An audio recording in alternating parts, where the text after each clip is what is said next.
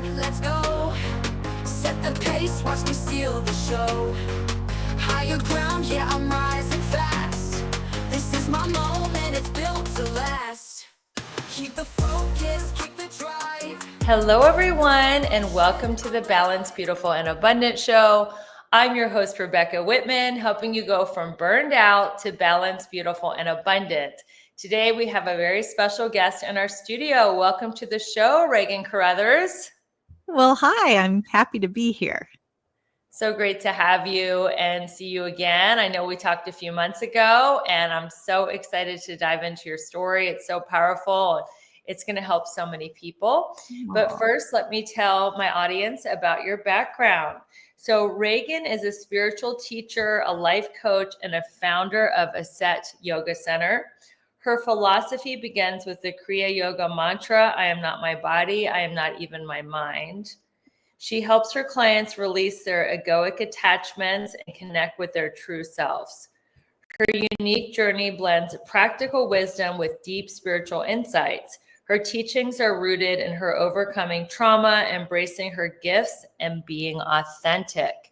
So let's get into your story. I know it's a very powerful story. How did you go from being Silicon exec to spiritual teacher? Yeah, it's really more about returning.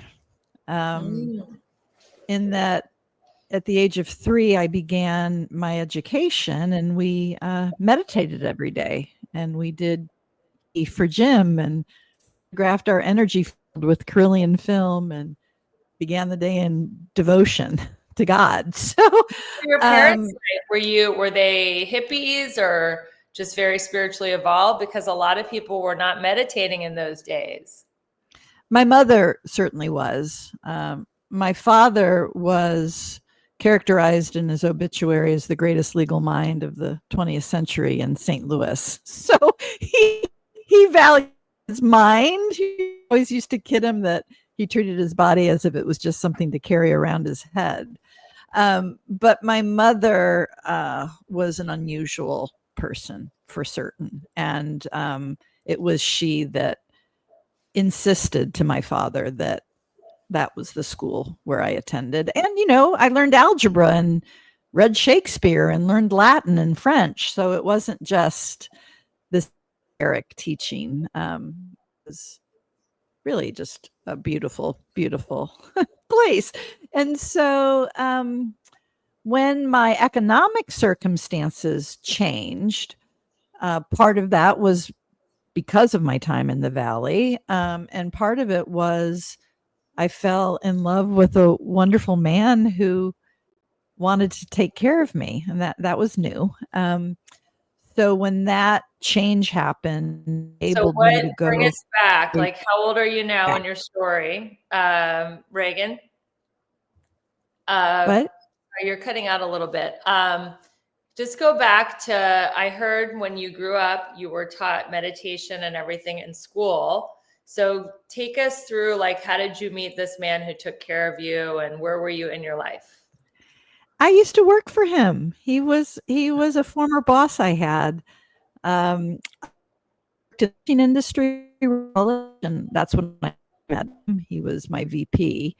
And then years later, in 2000, when I left HeartMath as the staff there and returned to corporate work, he was directly my boss. And I didn't know him very well, and I didn't actually even like him very much. But years later, when I was working at an early stage startup in Silicon Valley, he was my point of contact to get content for my startup, president of McGraw-Hill. So that's how it happened. We had dinner in New York, and we've been together ever since. And he's still your husband to this day? Oh yeah, very much so. How many years have you guys been married? It's going to be 10 in September. Wow. Well, let's get into the you almost died, that part of your story, the traumatic part that is the impetus for writing your book, Tragic Magic. Tell us about that part of your story. Oh, certainly. So I was working on my book. living in Santa Cruz, California, where I had lived most of my adult life. And I had traveled to Joshua Tree to write. We were still in the COVID lockdowns. California was quite dystopian in how they chose to approach all of that. And I just needed time away. And so when I write, I had a, specific ritual, prayer, meditation to kind of get me equipped to write. And on this fateful day in Joshua Tree, this trusted voice in my heart said, "You must urgently move home." And so I did. I moved from Santa Cruz back to Missouri in a matter of months because I knew the truth of that voice. And that is the voice that guides me, the voice of God, frankly. And so I got here. That's a beautiful story in and of itself. Got here, found my 10-acre estate, knew it was right. And I'm teaching yoga on my back lawn while I'm getting this big garage remodeled. And again, in meditation, I'm told you must urgently go to a doctor. So urgent was in both directives. So I went to the doctor the next day because I live in a small town. You can do that. Yeah. And that's so I had a birth defect in my heart, and it required emergency open heart surgery to replace my aortic valve. And the You were reason like God on the verge, you were literally on the verge of having a heart attack and dying. And had you not gone to the doctor, the heart attack would have happened, or what? Not a heart attack. It was severe calcification of my aortic valve. So I had to have my aortic valve replaced. And Barnes Hospital in St. Louis, where I was born, just happens to be one of the best places in the world for the surgery I needed, which is why God wanted me back. And then just 4 days later, after having this intense surgery, my surgeon comes to see me because it's my day of discharge, just 4 days after getting cut in half and getting a valve replaced. And there was no medical explanation of I was alive. So typically you have about this much room, $50 for blood to flow through your aortic valve. And mine was less than the diameter of a toothpick. And I just knew that it was my spiritual practice that had kept me alive. I mean, it was certainly my spiritual practice that got me to open heart surgery, right? But the actual practice, I'll just know I'm still here. That's an amazing story, because that still small voice, which I choose to call, God or your higher power, the universe, whatever, I don't know what you call it, your higher self, your angel, but that voice, well, what do you call that still small voice that was communicating to you? It's the voice of God. That's what I would. Yeah, that's divine guidance. Yes, the voice of God was telling you first to leave California and move back home to the Midwest. And then once you got there, the voice told you to get into the doctor right away. And it is beautiful that you listen to that voice. But I feel like a lot of people who are listening to this podcast, they're not as well practiced as you are to tune into that still small voice.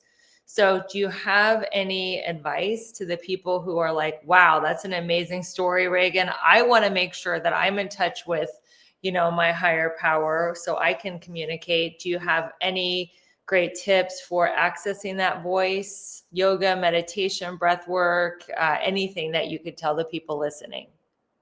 Yeah, all of it. It would be trying to have a conversation at a party in a really noisy room, right? You can't.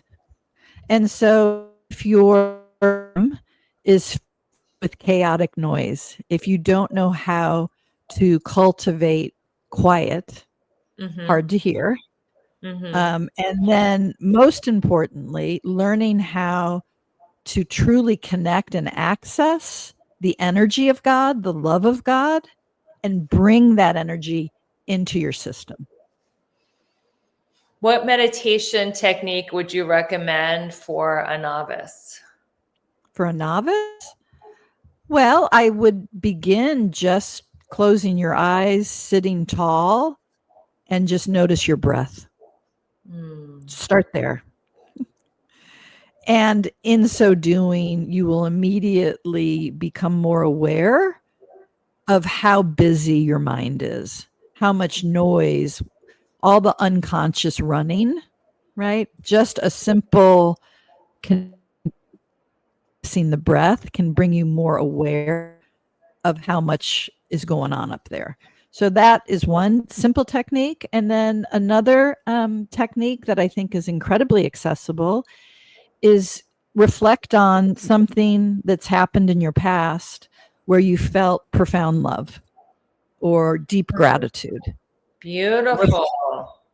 Reflect on that moment and re-experience of it closed, ideally directing the breath through the center of the chest, through the heart.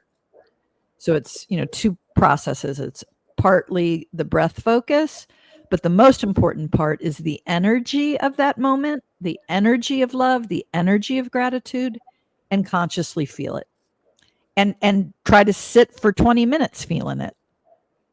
So That the reason why you want us to go back to a moment in life where we felt connected and happy and we felt love is that will help our body remember that moment, and then we'll physiologically go back to that feeling. And that is the goal of meditation, to connect with divine love.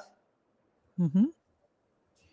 Yeah. And so think of it like scaffolding, right? Maybe you don't know what the energy of the love of God feels like, right? I mean, many people may be like, I don't know what that is. Well, think of it kind of like a ladder. Start just feeling consciously love and gratitude and sit in that feeling for as long as you can. That then physiologically, energetically changes you. It changes you biochemically too. It also creates a coherent signal through the vagus nerve from the heart to the brain. And there's lots of benefits of doing that. And as you practice that, because none of this happens in the absence of discipline, and that's the unpopular message. Like none of it works in the absence of discipline. What does that mean? You have to have a regular meditation practice for it to work? Absolutely. Yeah. It doesn't mean that in one meditation where you're connecting to a feeling of love, I mean, beautiful things happen just that one time. Mm-hmm. But if you really want to be led by the God that is, right, your divinity, just like anything, you wouldn't pick up a violin and expect to play it.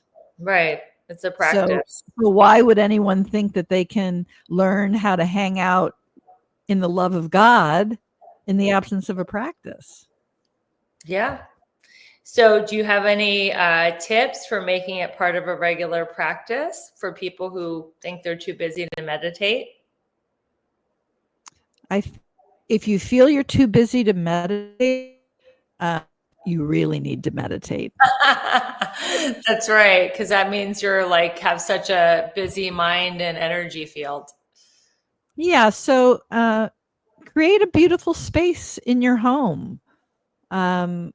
It doesn't have to be a big space. Maybe it's just a beautiful decorative pillow to sit on and a gorgeous candle and some fresh flowers and maybe photos of your loved ones or nature or, whatever, so that when you walk by that space inside your house, it signals to you what that is. And hey, sit down. And, again, you have to begin. And so maybe you're beginning and you've created this pretty space and you can only do it for 5 minutes. Okay, well, that's better than not.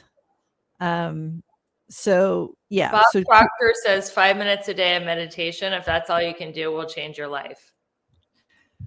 well, I can't say that. I don't know if What's that's your true. minimum amount of time that you think it would take to change your life with a meditation practice? At least 20 minutes in the morning and 20 minutes at night. Wow. So you think 40 minutes is what is required to change your life? Not required. I don't, unlike spiritual teachers saying that if you do X, Y, and Z, X happens. I'm not that kind of teacher. Linear. I have I get it. I have no way of knowing. Right. But what I will say, the longer you spend time consciously connecting to the energy of love, the healthier you will be. And frankly, the smarter. It actually facilitates access to the cortex. You'll be less stressed and you may experience a breakthrough. But I can't claim to know how much time. For some people, it might take all day. Yeah. Wow. Well, we are going to come back after a quick commercial break. We're going to talk about how you overcame your childhood trauma and how we can all go back and heal our childhood trauma, because sometimes we have some limiting beliefs that we don't even know are running our lives. So thank you so much, everyone, for watching the Balanced, Beautiful, and Abundant show, and we'll be right back. Hey, beautiful soul. Quick question. When's the last time you felt truly happy for no reason? Like bounce out of bed, sunshine in your veins kind of happy. Well, let me put you on my daily game changer, Amare Happy Juice. It's a delicious, gut-healthy drink that boosts your mood, sharpens your focus, and helps your body handle stress like a total boss. Why? Because your gut and brain are besties, and when your gut is thriving, so is your vibe. This is my secret weapon for staying balanced, beautiful, and abundant, even on my busiest days. Want to try it? I got you. Grab $10 off by clicking the link in the show notes. Your joy is just one sip away.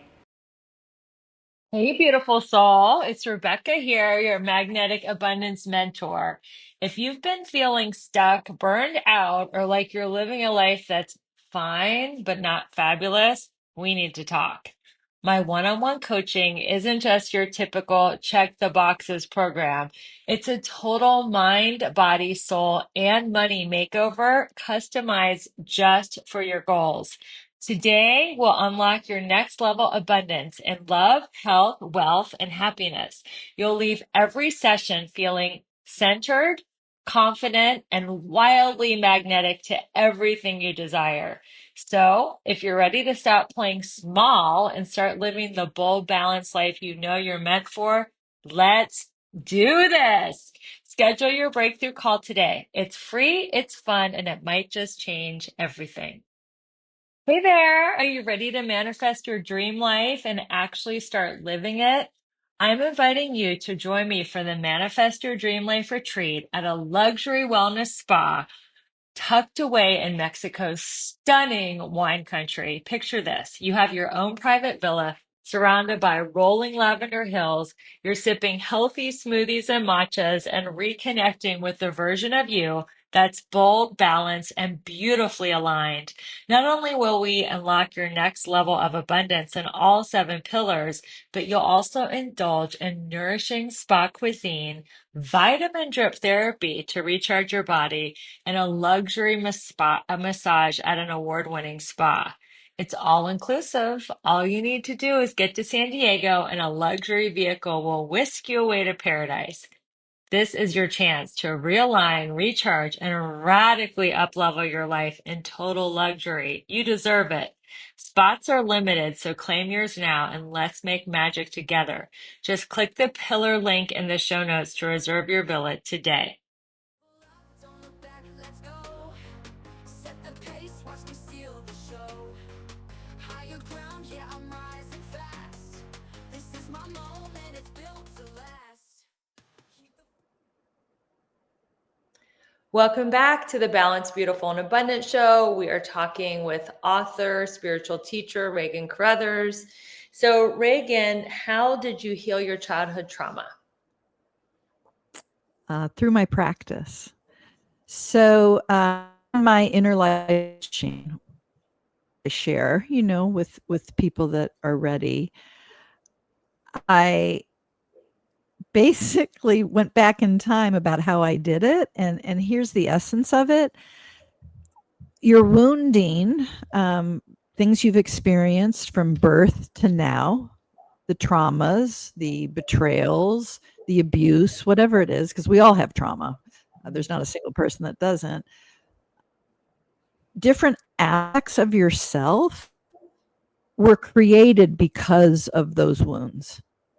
And what I have people do and what I did myself was unpack and be radically honest about what did I experience birth to 9, 9 to 14, 14 to 18, etc. Write it all out, get real honest about what you experienced, and then begin to be curious about, okay, then and to believe about myself or the larger world, right? Get acquainted with what this part of you believes, because we all try to deal with our traumas mostly by unhealthy mechanisms. So you do that unpacking. I think And that's a good distinction, because you might have a belief that you can't trust anybody, or everybody's out to get you. But that is like, well, where did that come from? Like, who was the first person who betrayed you? And that belief of you can't trust anyone, that was a defense mechanism against that one person, at a young age, could be age 0 to 9. And now you've projected that onto every human on planet Earth. So I think it's really a great question that you just suggested. We ask ourselves, like, what did that trauma choose? How did we choose to, conceptualize that? And what did that narrative, how did our narrative shift after that trauma? Yeah, so get acquainted with all these aspects of self and then bring loving witness to them. So going back to what I was explaining before, connect to the energy of love and bring that energy, in my case, to that traumatized little girl whose mother tried to kill herself in front of her at the age of 2, right? That little girl needs to feel loved and seen and safe. So the only way she can feel that is if I bring that to her. And I'm not trying to fix her. I'm not trying to change her. I'm just trying to hold loving witness to what she has known. So that is part of the process. And then by spending time reflecting positive emotional memories and feelings again, right? You begin to change the composition of the amygdala.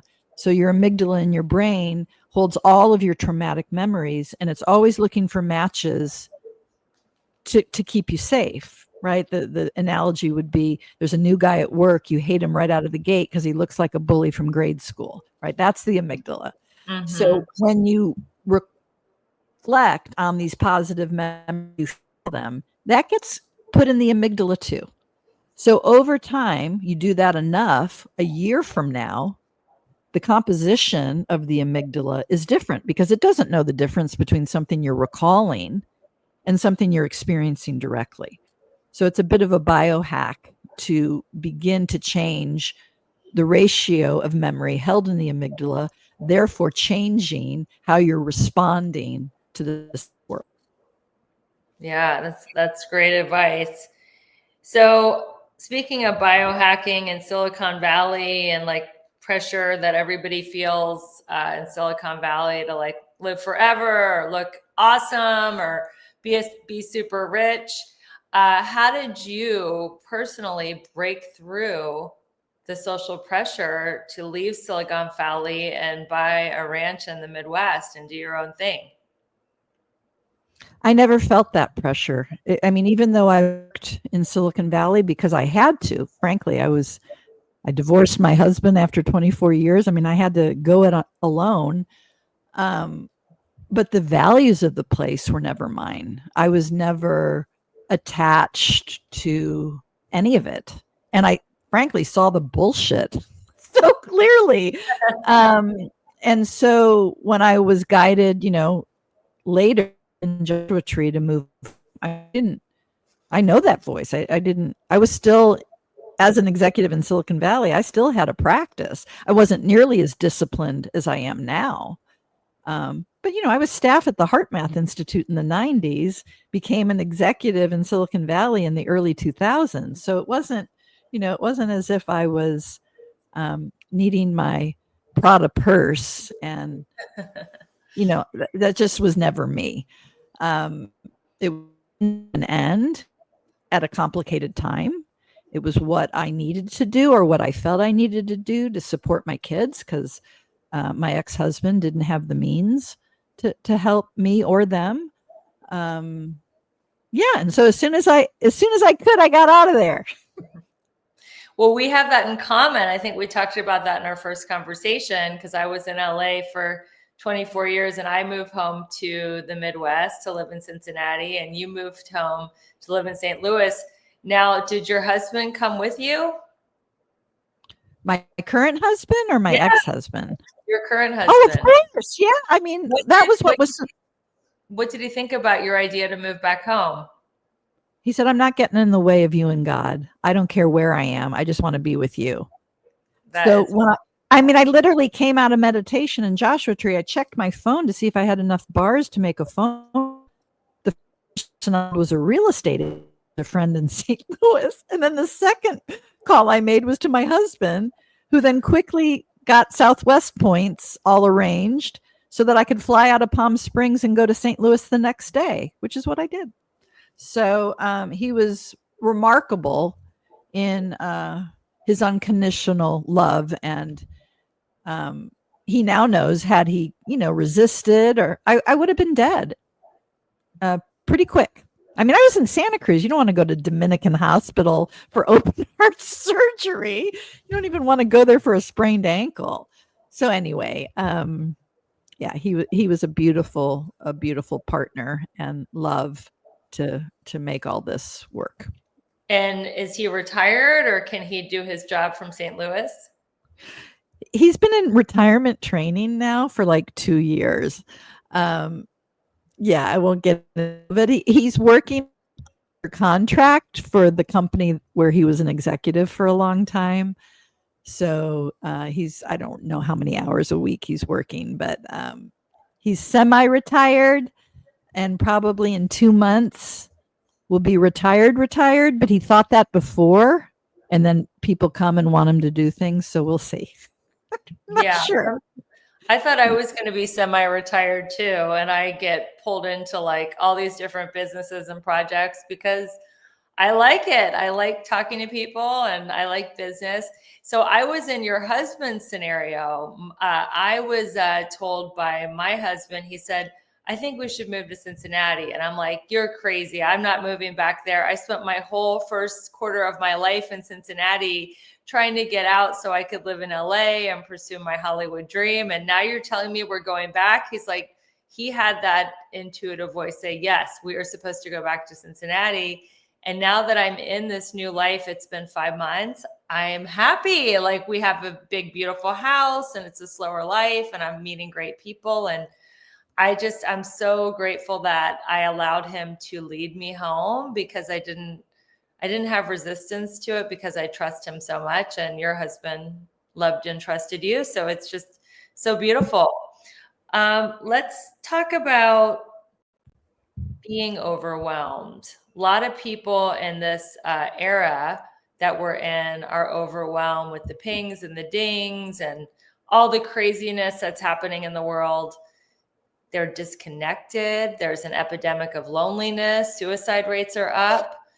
What is your advice on how people can deal with this feeling of disconnection or overwhelm? Have a different relationship with technology. And don't watch TV. Get outside. Spend time in nature. Because if you judge the world based on your daily interactions in your community, you have a much different point of view about what this world is, contrasted with the shit on the phone or on the TV. And by the way, it's all designed to keep you afraid. It's designed to what? To keep you afraid. To keep you in fear. Yeah, I agree. And the actual frequency, everything's frequency, everything's energy. The actual frequency that comes out of your television is apathy. So, disconnect, spend more time in nature, do more of the things that you love, practice. Like, I don't know how anybody functions in the craziness that is modern day without a practice. I mean, no wonder they're suffering so. Makes And when perfect you say sense. a practice, you're referring to a meditation practice. Yeah, or volunteer in your community. You know, some of the fast tracks to joy are being of service, feeling gratitude. So begin maybe with just a gratitude practice. I You totally know? agree. I feel like gratitude is the secret sauce to a happy life, and you can't be overwhelmed and grateful at the same time, or maybe you can. What are your thoughts on that? No, you can't. Okay. Again, everything you choose, as much as you think you're not in choice, every thought and feeling you have, you're choosing. I'm going to repeat that because your internet cut out. Every thought, she said, every thought and feeling you have, you are absolutely choosing. So when somebody is choosing overwhelm, what can they tell themselves to shift out of that? I'm overwhelmed. I'm now going to make a different choice. I'm going to feel gratitude right instead of overwhelmed. Something always that we can feel grateful for, even like your favorite ice cream flavor, right? It doesn't have to be complicated. Anything that just gets you out of your conditioned mind. Because newsflash, it is conditioned. You are programmed. And you can create a different program, but And it the takes program is fear. Absolutely.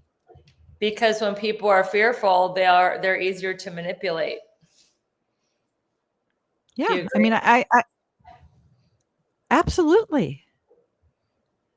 It's all by design. You know, we're all divided politically, whatever. Like, it's all by design.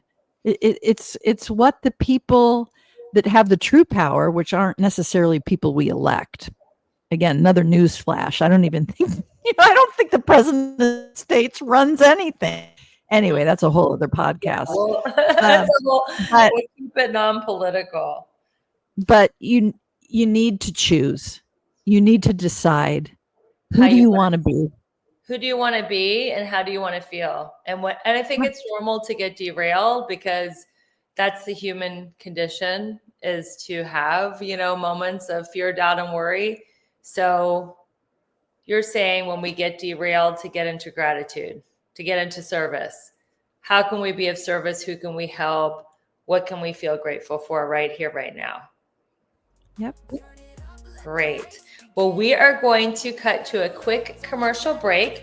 When we come back, we are going to talk about your book, Tragic Magic, and the core message of it. Thank you, everyone, for listening to the Balanced, Beautiful, and Abundant podcast. I will be right back.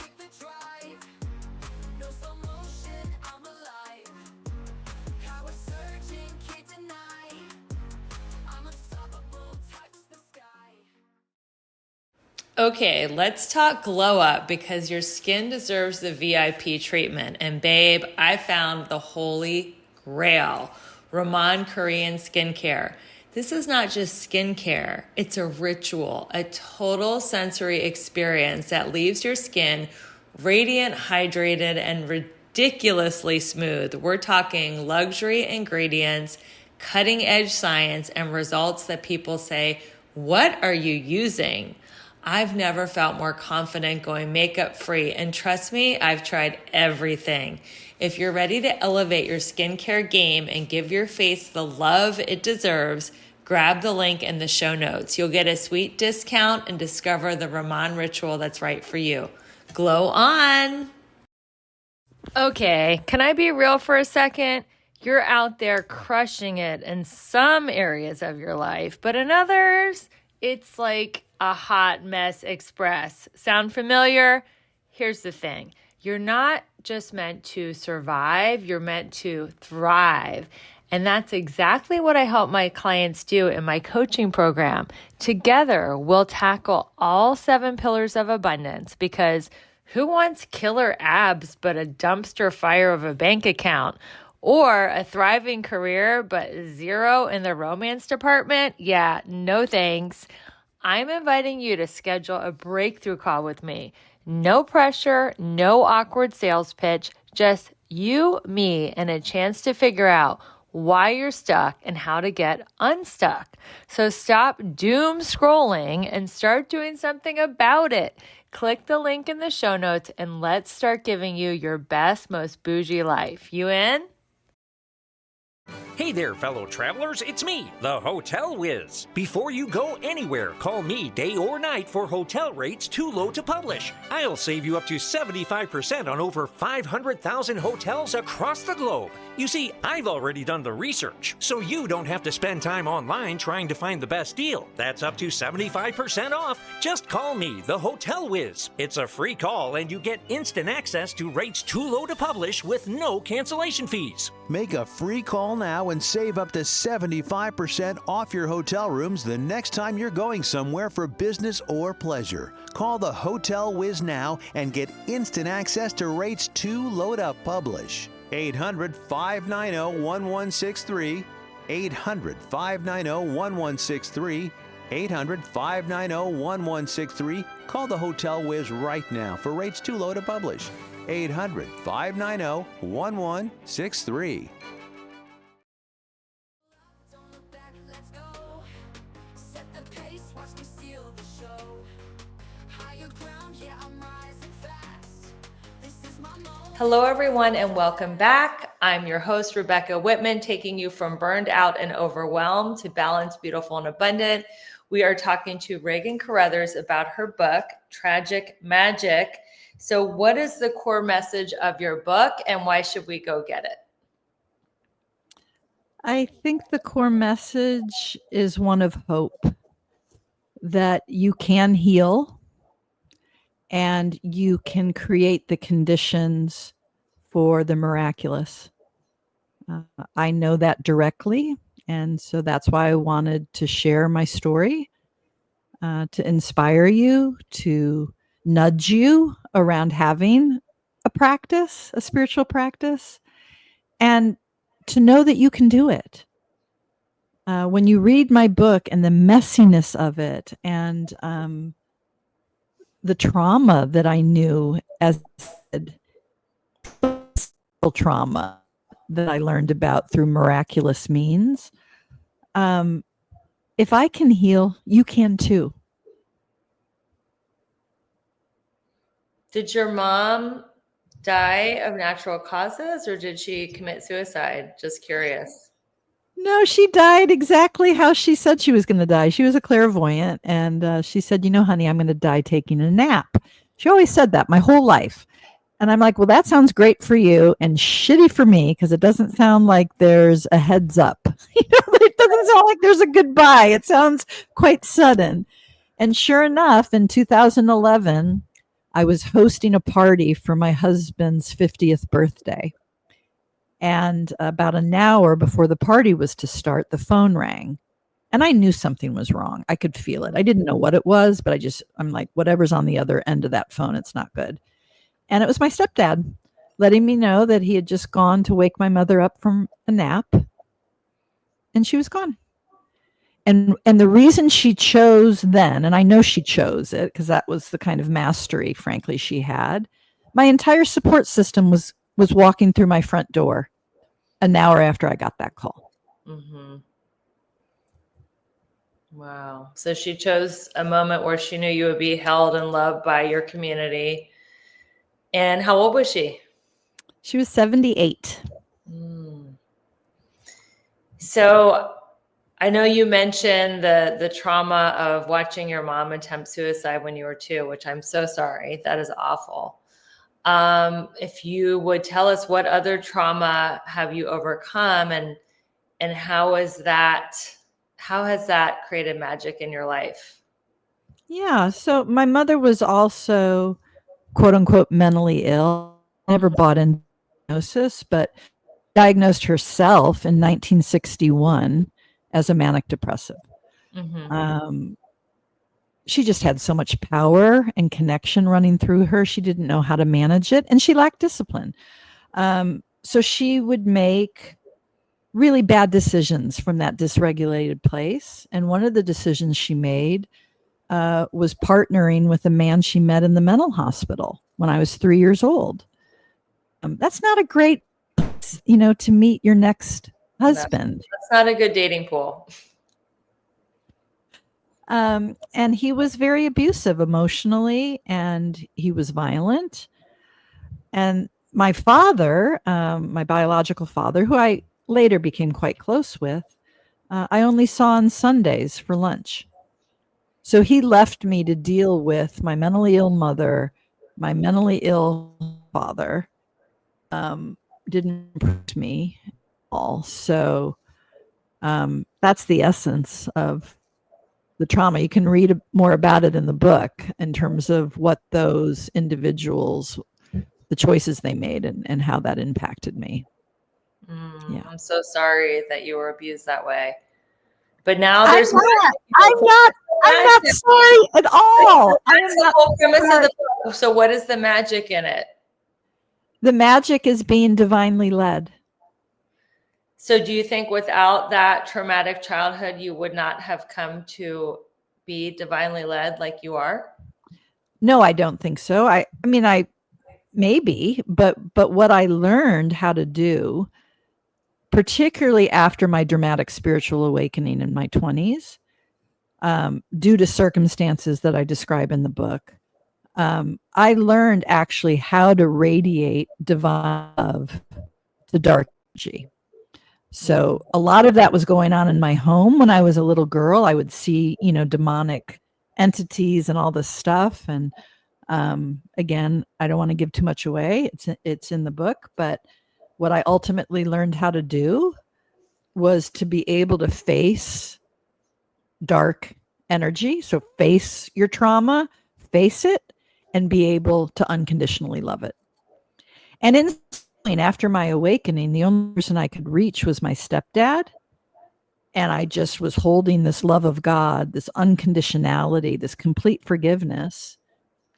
And that was over 30 years ago. And he's still a changed man.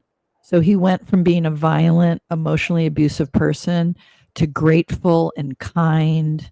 And the energy I held and my love of him changed him. Wow, that is so beautiful. Does he realize that that's what shifted him, or does he not know why he shifted? Oh, he knows. And a golden eagle landed on our crabapple tree in the backyard when I was talking with him on the phone, because my awakening had happened in San Francisco and he's in St. Louis. And then a moment later, after the eagle appears, a red fox appears at the base of the tree looking up at the eagle. He's Comanche, a part of his lineage. Mm-hmm. The eagle in the indigenous tradition is the closest to God. It's divine. It's a divine symbol.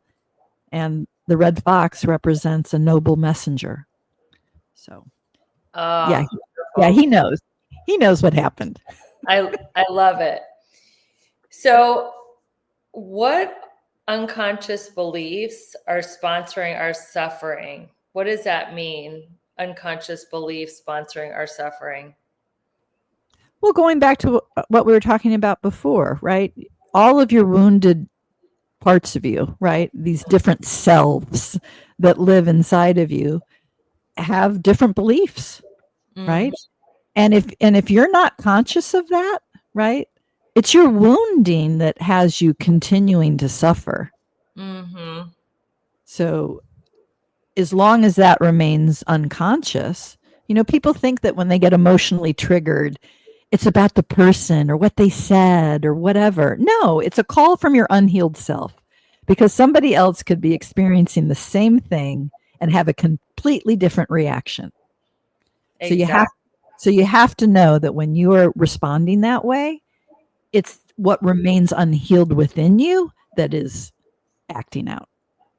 Yeah. They say if you're hysterical, it's historical, meaning there's nothing happening right now that would create hysteria. It's something from your past that is being I love, projected into your I now. love that. I've never heard that before. Oh my Historical. God. That should be a bumper sticker on my car. I love You that should. so You much. can steal that. I will give you that. If you're hysterical, it's historical. Oh my God. I love that so much. Definitely coming later today to shoot a bunch of videos for Instagram. And I might actually have a video that begins with Just that. give me a If I shout think. out. Tag me at Rebecca E. Whitman so I can say this came up during our podcast. Yes, absolutely. Be happy to do that. So this is a show about overcoming burnout to have a balanced life in 7 key areas. I call them my 7 pillars of abundance. They are spirituality, fitness, emotions, romance, mindset, social, and financial. So you say that finding your life purpose helps with burnout. How does that finding your purpose help with burnout? Because you're aligned. So many people are doing work either because they feel they have to or they have no other choice, right? Mm-hmm. And yet they don't like the color, may not even like or believe in the product or service that their company is representing, right? So it begins with just this inquiry, right? About why do you think you're here? Mm-hmm. Like for me, one of the big cues of that was to go back in time, think of myself as a little girl, right? And at 8 years old, I was a teacher designing curriculum, and little Paxton Kelly, who was 5, used to come to my house for school. Right? So that was your divine purpose at age 5, you were teaching. That's great. And Now then later in grade school, I had like a private social club. Almost think of it like a temple. And I was like the high priestess of the temple. And people would have to interview with me. And we had like a secret language and these, practices that we would do together. Like who does that at age 9? Anyway, so I would want your listeners to really think back, like when you had a dream when you were a little kid. Like my ex-husband, when he was a little boy, he wanted to be a park ranger. He loves the outdoors. I think if he had chosen that instead of being a certified financial planner, he would have been a lot happier. So, yeah, I think that's why we burn out. And we burn out because we don't take care of ourselves. So even if you're doing something, let's say you're a nurse, and I mean, you're a nurse because you want to help heal people, right? But because of your schedule, you're eating junk food during the day, or God forbid, the food that's in the hospital cafeteria, right? You don't spend any time exercising. Isn't that ironic that the doctors and the nurses are fed the most unhealthy food in the hospital? The people that are supposed to be taking care of us and healing us are getting junk food. I noticed that. Yeah. Yeah. So we have to really be honest about what are we taking in?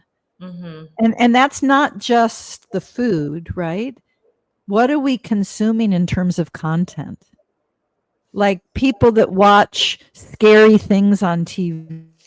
Like, why would you do that? Like your nervous system then is incoherent and you're scared. Like, why would you do that? I mean, as an example, right? So the content you consume, the food that you eat, how you take care of your body, is what you do in a day aligned with your values, right? I mean, it's a lot to unpack, and I understand that that can feel overwhelming to your listeners. So just begin in one category, right? Like start improving what you eat. There's so many different supplements and quick nutritional hacks that you can invest in. I believe in Juice Plus, and so I share that, but there's so many others. So start eating better, eat organic food, don't eat processed food. If it's advertised on television, don't consume it. That's just good advice. I have a funny story, and I hope she's not listening to this podcast, but I used to get lash extensions, and I went to this woman who liked to listen to true crime podcasts while she was doing lashes. I left. Yes, I had beautiful lash extensions, but I was so scared. I was like, oh my God, like who's in the bushes? Who's coming around the corner? Like I can't get my lashes done with her anymore because I don't ever want to listen to a true crime podcast again. Right.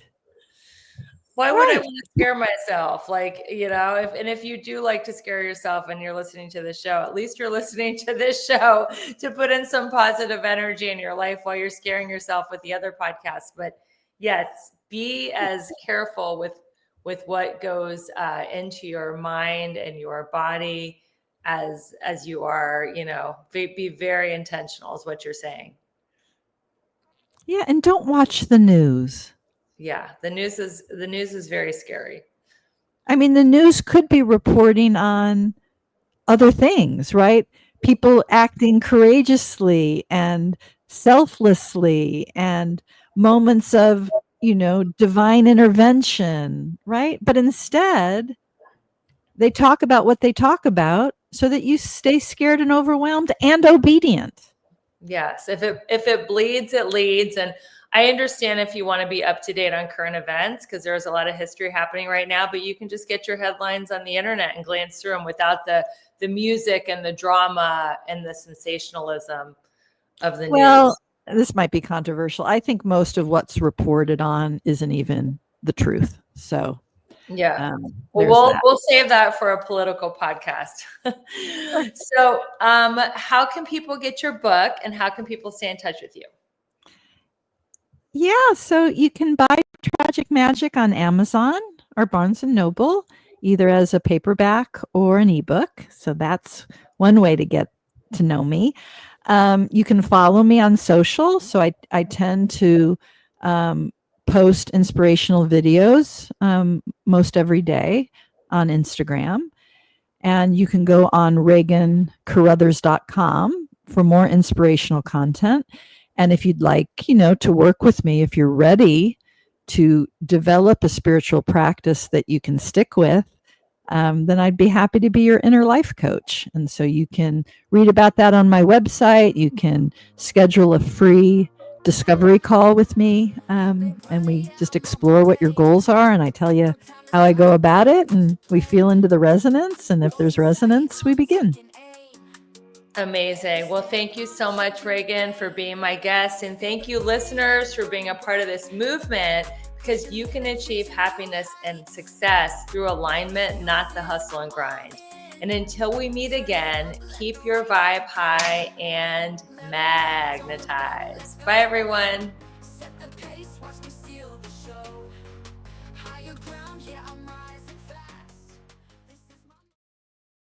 Hey there, it's Rebecca, your magnetic abundance mentor.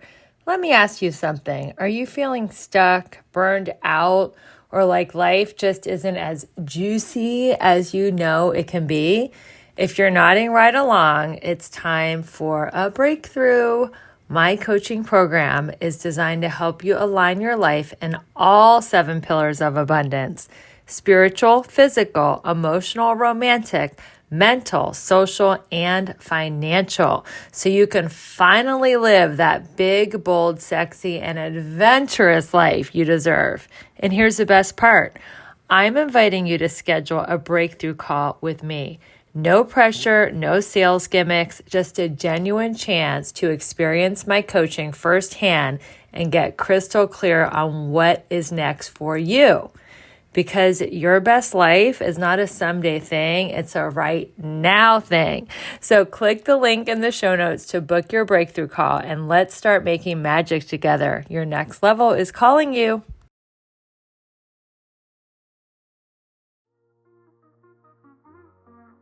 Now it's time for some reviews. We so appreciate reviews. And Skate More Now says, Rebecca brings the perfect mix of wisdom, warmth, and practical insight.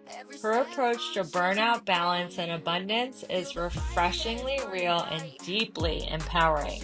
You can feel how much she cares about helping women rise in every area of life. grateful for the work she's doing and the light she brings to the conversation.